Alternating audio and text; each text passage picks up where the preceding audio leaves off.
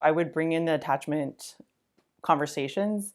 Often it comes in through either there is something happening with an infant or a child, a behavior, crying, like whatever that kind of identified thing is that they're talking about with their child or infant. And then I just bring the lens of like, okay, I'm just going to talk to you about this through like an attachment lens. And then we just kind of go through more of what that means in the conversation.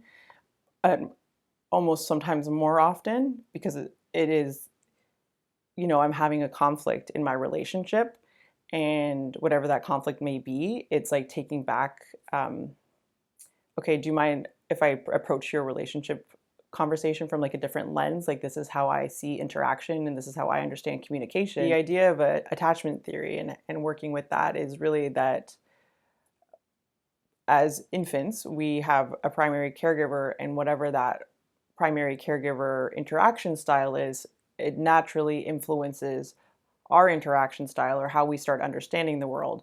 And so that communication and interaction style is actually attachment.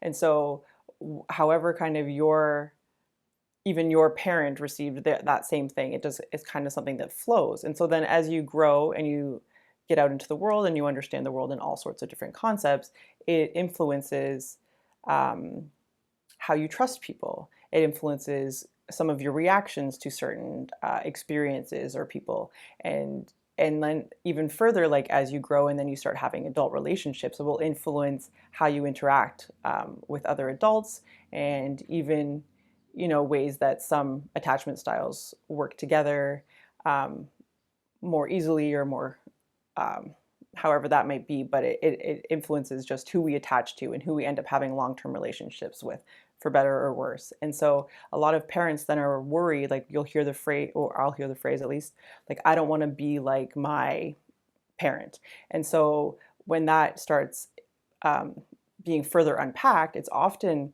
an attachment kind of interaction style communication that parent had with you, and that's what you want to change or influence with your child. And so we'll unpack that to be like, okay, well then what do you want your interaction style to look like? And then, because attachment is a concept, but it's a fluid concept, you don't have to like it just because that's how your parent interacted with you. That's not life. Like, you can influence your attachment style with other people as you grow, including of course with your children.